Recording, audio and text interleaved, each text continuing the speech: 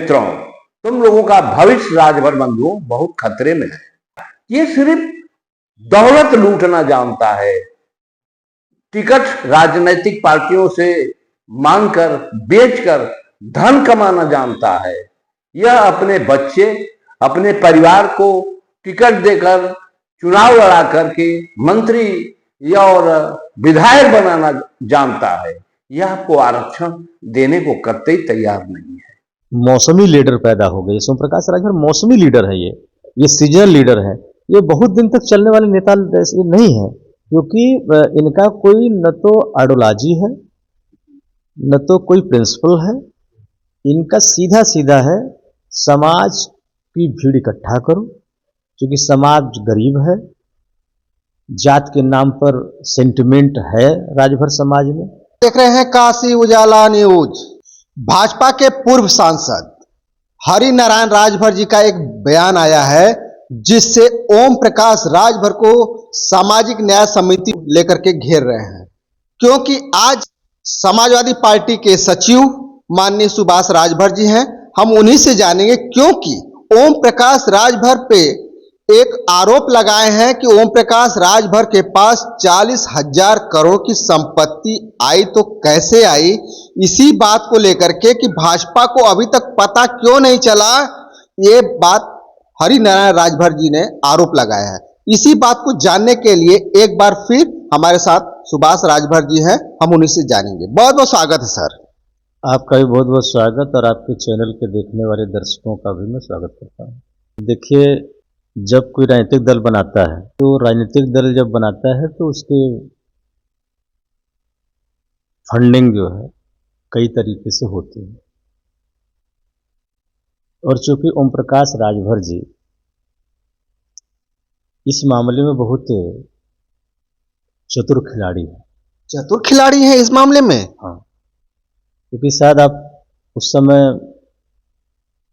Channel से न जुड़े रहे हों, जब इन्होंने पार्टी बनाई, पार्टी बनाने के बाद धीरे धीरे पार्टी का विकास हुआ, और उस समय इनके द्वारा कहा गया कि मुझे 1 वोट और 1 नोट का समर्थन किया जाए। और राजभर समाज पूर्वांचल में 25 से 30% है। जब उस समय सभाएं ये करते थे, होती थी, तो गांव गांव में राजभर गरीब था तो वो 1 रुपया नहीं दे पाता था, पर कुंटल के कुंटल गेहूं, चावल ऐसे समाज के लोग देते थे। वहाँ से धीरे धीरे पैसा बनना चालू हुआ। उसके बाद जब इन्होंने जातीय, इनको मैं पॉलिटिकल लीडर नहीं कर सकता हूँ, जाति के सरदार के रूप में अपने आप को प्रस्तुत किया इन्होंने, तो सबसे पहले जो यहाँ कांग्रेस पार्टी है, जो काफ़ी उत्तर प्रदेश में उसका जनाधार खत्म हो गया था, तो उसको लगा कि क्षेत्रीय पार्टियों को, और उस समय जातिवार क्षेत्रीय पार्टियों का बहुत जोर पकड़ लिया था। जैसे हर जाति, पिछड़ी जाति की जितनी जातियां थी, और उसकी शुरुआत डॉक्टर सोहेल पटेल जी के द्वारा हुआ। अपना दल, फिर भारतीय स्वदेव पार्टी ओम प्रकाश की, फिर चौहान की, फिर निषाद की, फिर लोहार, विश्वकर्मा, गडरिया, जितने भी मोस्ट बैकवर्ड थे, सब के सब लोगों ने अपने अपने जाति की एक पार्टी बनाई। और उस समय जाति का सेंटिमेंट का इफेक्ट भी रहा कि उस समय जिसने भी जाति के नाम पर दल बना लिया, कुछ समय तक वो ग्रोथ किया। और उसके बाद उस समय जब ये सबसे पहले कांग्रेस के अलायंस में ओम प्रकाश राजभर जी को लिया गया, और मुझे अच्छी तरह याद है सलमान खुर्शीद तब प्रदेश अध्यक्ष थे, और सलमान खुर्शीद इन्हें हेलीकॉप्टर में लेकर के सभाएं करने लगे। इससे राजभर के अंदर और ज्यादा एक उत्साह हुआ, करीब मेरा नेता तो हेलीकॉप्टर से उड़ रहा है। सब बेचारे 2-2 दिन बिना खाए पिए पूरे पूर्वांचल वाले एक जगह इकट्ठा होकर भीड़ लाखों लाखों का दिखाते थे। ठीक है, अब लाखों का भीड़ देखकर कांग्रेस के पास भी, जैसे भारतीय जनता पार्टी के पास बहुत सारे फंड हैं, इलेक्टोरल बॉन्ड का फंड है, या डायरेक्ट बहुत सारे चंदे आते हैं जो विभिन्न तरीकों से, उसी तरह से कांग्रेस भी लंबे समय तक राज किया था, तो इनके पास पैसा बहुत था, तो अच्छा खासा फंडिंग पहले कांग्रेस ने किया, ठीक है। फिर ये बीजेपी की तरफ उस समय भी भागे कांग्रेस से। उस समय पत्रकारों ने, प्रिंट मीडिया के पत्रकारों ने ये छापा था श्री ओम प्रकाश राजभर जी के बारे में कि ओम प्रकाश राजभर जी कई सिम रखे हुए हैं, मतलब बीजेपी से बात करने के लिए सिम अलग है, कांग्रेस से बात करने के लिए सिम अलग है, समाजवादी पार्टी से बात करने के लिए सिम अलग है। मतलब इसको ये कहा गया था कि ये एक ऐसे लवर हैं कि अलग अलग लवर से बात करने के लिए अलग अलग सिम रखे हुए हैं। तो वहां से सबसे पहले कांग्रेस ने इनको अच्छी खासी फंडिंग करी, उनसे खूब रैली रैला कराए ये, फिर गठबंधन नहीं हुआ। फिर भारतीय जनता पार्टी को भी लगा, क्योंकि भारतीय जनता पार्टी भी उसमें ग्रो नहीं कर पा रही थी, काफी पीछे थी, तो अपना दल के साथ भी उन्होंने प्रयोग किया। सोहेलाल जी उसमें जिंदा थे, गठबंधन हुआ था, और उस गठबंधन के बाद भी भारतीय जनता पार्टी फेल हुई थी। मुझे याद है सुषमा स्वराज जिसमें जिंदा थी, वो बयान दे रही थी टीवी पर कि हमने तो अपना दल से किया, दूसरा एक सुहलदेव पार्टी बची थी, तो आगे फिर भारतीय जनता पार्टी ने भी इनसे अलायंस करना चाहा, लेकिन वो भी अलायंस नहीं हो पाया। पर उस बीच में हरनारायण माननीय सांसद जी, जो पूर्व सांसद जी कह रहे हैं, उस दोस्ती के दौर में फंडिंग जो है आती रही। उसके बाद फिर ये समाजवादी पार्टी के हमारे पूज्य नेताजी अखिलेश यादव, नहीं माननीय मुलायम सिंह यादव जी, फिर ये उनके संपर्क में आए। बताए ना कि सबके लिए अलग सिम रखते, लेकिन चूंकि हमारे जो माननीय नेता अखिलेश यादव के पिता या नेताजी, वो बहुत ही परिपक्व नेता थे, जमीन से जुड़े नेता थे, वो भी इनको अलायंस के लिए लगातार इनसे संपर्क में बने रहे, और लास्ट में उन्होंने कहा कि ओम प्रकाश जी ये रखो और जाओ पूरा 403 विधानसभा, क्या 10-20 सीट पर लड़ोगे, पूरा 403 पर तुम जाकर प्रत्याशी लड़ा दो। और उसका परिणाम ये हुआ कि ओम प्रकाश राजभर पूरे 403 पर चुनाव लड़े, कहीं 2000, कहीं 3000, कहीं 4000। ये 2012 के इलेक्शन की बात है। और उसका नुकसान, चूंकि हमारे जो नेताजी थे, जो समाजवादी पार्टी के संस्थापक मुखिया, उस समय उनको पता था कि बहुजन समाज पार्टी का राजभर कोर वोटर है, और कोर वोटर अगर 4-5 हजार भी बसपा से टूट जाएगा तो फिर समाजवादी जीत जाएगी, और वही हुआ भी। मतलब मैं बता दूं कि 2012 के जब विधानसभा का चुनाव हुआ था, पूरे उत्तर प्रदेश में एक भी एमएलए राजभर नहीं था विधानसभा के अंदर। इवन दिवंगत बाबूजी सुखदेव राजभर भी 1200 वोट से चुनाव हार गए थे। तो ये लगातार जिन जिन लोगों से अलायंस में आए, उनसे पैसा लेते रहे, और सबसे ज्यादा इन्होंने पैसा कमाया जब ये समाजवादी पार्टी से अलायंस किए 2022 में। 17 टिकट इनको मिला, उन टिकटों को 5-5 करोड़, 10-10 करोड़, जहां तक जा पाए, जितनी बोलियां लगी, हाँ, उसमें बेचा। तो नो डाउट कि समाज तो वहीं का वहीं रह गया। ये कहते थे कि मैं सरकार में आऊंगा तो एक बटन दबाऊंगा 10,000 दरोगा बना दूंगा, इतना डीएम बना दूंगा, इतने सिपाही बना दूंगा, दरोगा, मतलब हर क्षेत्र में बात करते थे कि इतने में नौकरियां दे दूंगा। और आदरणीय बाबू सुखदेव राजभर, जिन्होंने राजभर को पहचान दी, उनको कहते थे सुखदेव नहीं दुखदेव हैं। अब इनसे कोई सवाल, ये पैसे वैसे का तो एक अलग विषय है, ये तो जिस तरह से हरिनारायण राजभर जी ने आरोप लगाया कि ओम प्रकाश राजभर जी के पास 40,000 करोड़ की संपत्ति है, अभी तक भाजपा के सहयोगी दल रहते हुए क्या भाजपा को दिखाई नहीं पड़ता? अभी तक उनके घर पे ईडी का छापा क्यों नहीं पड़ा? इस बात को कहे हैं। अब आप भारतीय जनता पार्टी से स्वच्छता की उम्मीद क्यों कर रहे हैं?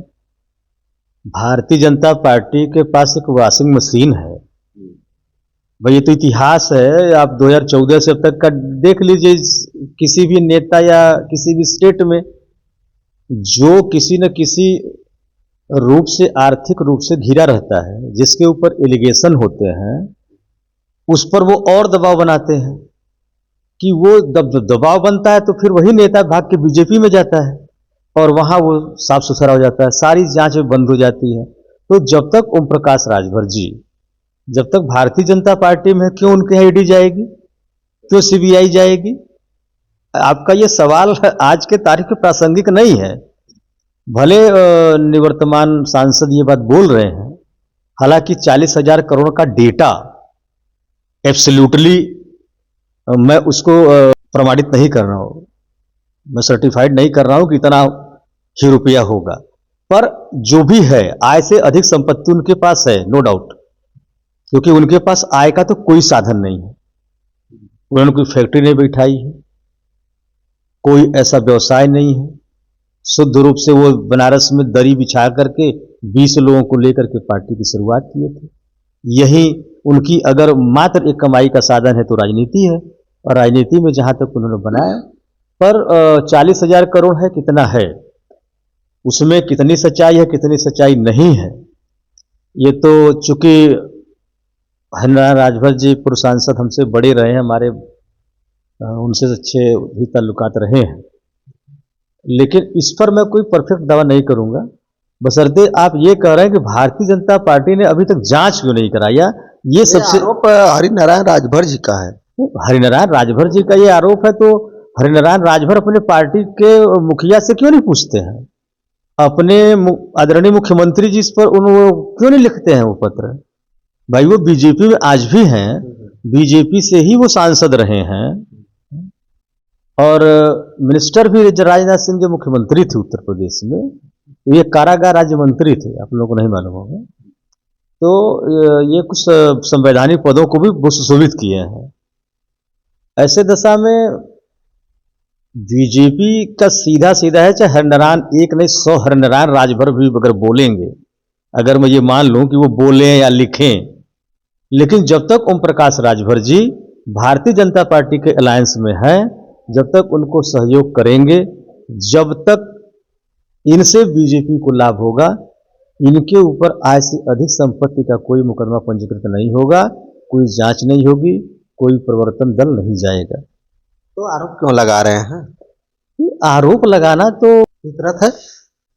नहीं, फितरत नहीं कर सकता हूं। अगर किसी व्यक्ति विशेष को ऐसा लगता है, जैसे लग रहा है माननीय सांसद जी को, तो एक तो उन्होंने ये तरीका है कि आपको अभिव्यक्ति की स्वतंत्रता है, जिसमें आपने बोला, और उस पर अगर सरकार संज्ञान नहीं ले रही है तो आप उस पर हाईकोर्ट जा सकते हैं। अगर आप चाहते हैं कि नहीं उनका वास्तव में जांच हो, तो आप हाईकोर्ट में जाकर के उनके पीएल दाखिल करा दीजिए। हरिनारायण राजभर जी यही नहीं रुके, उन्होंने एक कदम आगे बढ़ के कहा कि सामाजिक न्याय समिति को लेकर के अभी तक समाज को न्याय नहीं मिल पाया। इसी बात को लेकर के ओम प्रकाश राजभर से और घृणा के रूप में देखा, और उन्होंने कहा कि समाज को अगर धोखा दिया है तो ओम प्रकाश राजभर जी ने दिया है, क्योंकि अगर ओम प्रकाश चाहे होते तो अब तक आरक्षण का जो मुद्दा कई सालों से चल रहा है, जो न्याय समिति का जो रिपोर्ट है वो भेजी जा चुकी होती। कि जो सामाजिक न्याय रिपोर्ट लागू करने की बात हो रही है, सामाजिक न्याय की रिपोर्ट में मूल क्या मांग है? मूल मांग ये है कि रिजर्वेशन में सब रिजर्वेशन होना चाहिए। यही सामाजिक न्याय रिपोर्ट का फंडा है, जिसे मैं पूरी तरीके से आपको पहले भी मैं बयान दे चुका हूं कि यह अनकॉन्स्टिट्यूशनल है। रिजर्वेशन में सब रिजर्वेशन हो ही नहीं सकता है, और इसका एक प्रयोग हो चुका है। जो आज माननीय रक्षा मंत्री हैं राजनाथ सिंह जी, जब उत्तर प्रदेश के लगभग 1.5 साल के लिए मुख्यमंत्री बने थे उत्तर प्रदेश में, तो उन्होंने ओबीसी को और एससी को, एसटी को, दोनों को क्लासिफाई किया था, वर्गीकृत किया था।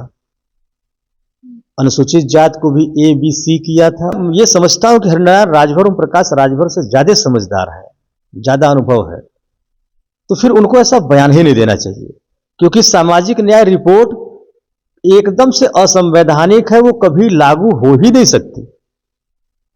जिस प्रकार से कि अनुसूचित जाति या जनजाति में शामिल करने के लिए स्टेट गवर्नमेंट सिर्फ प्रपोजल भेज सकती है, अपने से खुद लागू नहीं कर सकती है, खुद वो शेड्यूल नहीं कर सकती है। तो उसी तरीके से देश में हमारा एक भारत का संविधान है, उसका स्ट्रक्चर है, और उसके दायरे में रह के ही आप काम करेंगे, ठीक है।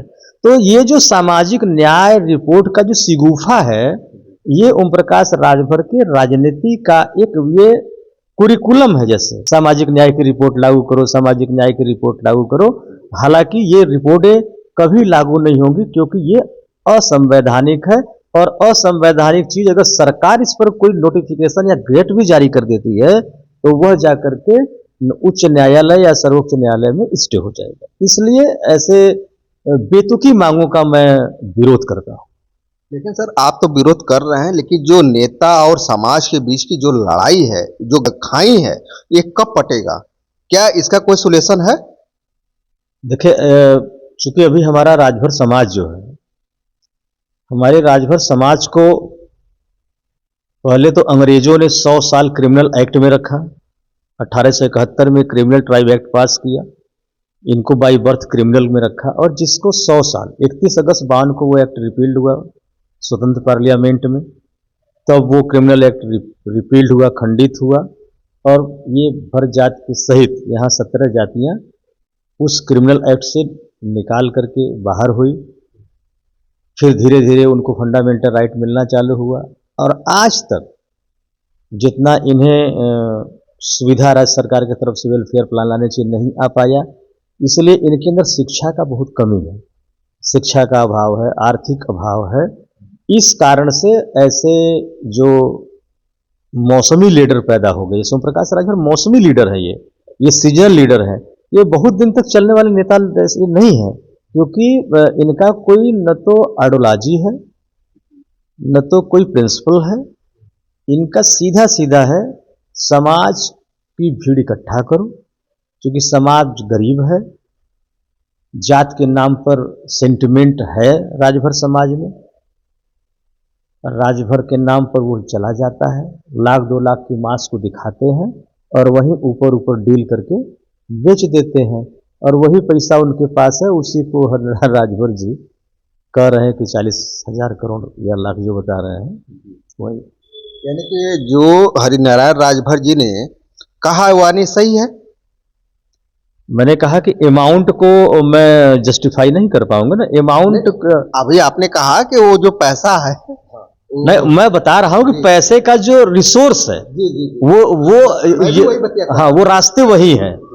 अब टोटल अमाउंट कितना है, अमाउंट का फिगर क्या है, मैं इसको तो नहीं दे पाऊंगा। इसको इंक्वायरी का सब्जेक्ट है, जांच का विषय है, और इस पर अगर सरकार को लगे कि नहीं ये उन्हीं के पार्टी के पूर्व सांसद इस तरह का सवाल खड़ा कर रहे हैं, अगर सवाल को गंभीरता से लेते हैं तो जांच करा देना चाहिए ईडी का। हाँ, ईडी से, बिना ईडी उडी की तो जांच कराते नहीं है, और मुझे जहाँ तक है कि ये फाइनेंस से रिलेटेड जांच ईडी ही करती है, तो ईडी से करवा दें, लेकिन ऐसा होगा नहीं, मैं ये भी बता दे रहा हूँ। क्योंकि जो भाजपा में रहता है वो तो वाशिंग वो साफ हो जाता है। बिल्कुल, जो भारतीय जनता पार्टी के साथ है या भारतीय जनता पार्टी में है, वो एकदम पाक साफ है, और गंगा जल से एकदम से नहाया धुला हुआ है, और वो पवित्र है, उसके ऊपर कोई दाग नहीं है। बहुत बहुत धन्यवाद सर। अभी हमारी बातें हो रही थी समाजवादी पार्टी के प्रदेश सचिव माननीय सुभाष राजभर जी से। इनके विचार आपको कैसे लगे हमें कमेंट बॉक्स में लिख करके जरूर बताइएगा, और इस वीडियो को ज़्यादा से ज़्यादा शेयर कीजिए, सब्सक्राइब कीजिए। फिर मिलते हैं नए वीडियो के साथ, तब तक के लिए नमस्कार।